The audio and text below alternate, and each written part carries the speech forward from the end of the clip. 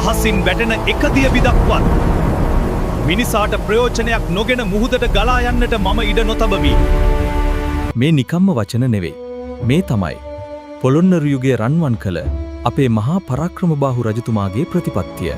මානාභරණ රජුගේ සහ රත්නාවලී බිසවගේ ලේ උරුමයෙන් උපන් හෙළයේ පින්වන්තම කුමාරයා.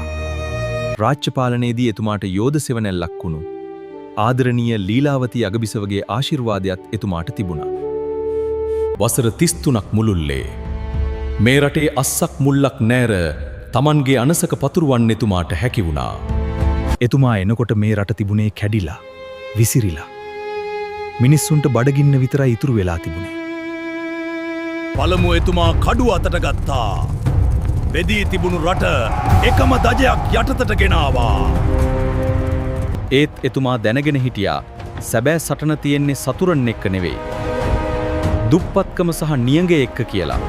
ඒ දැක්ම කොච්චර විශාලද කියනවනම් රට මැද්දේ එතුමා මුහුදක් හැදුවා. ඒ තමයි අදටත් අපේ ජීවනාලිය වන පරාක්‍රම සමුද්‍රය. මුළු රජරටම රත්තරන් පාටින් බැබළුණා.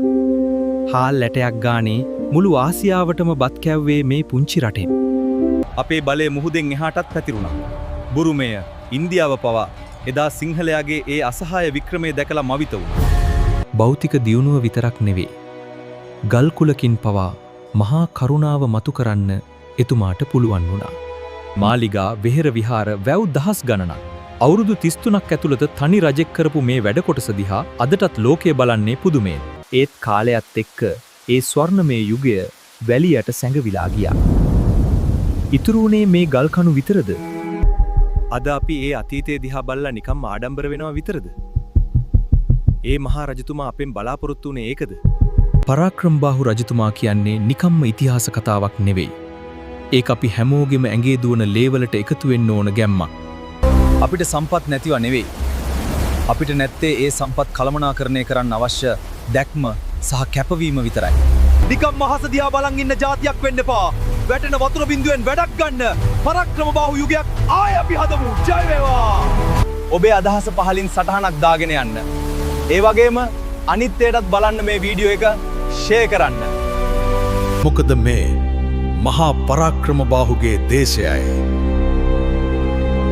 ජය වේවා.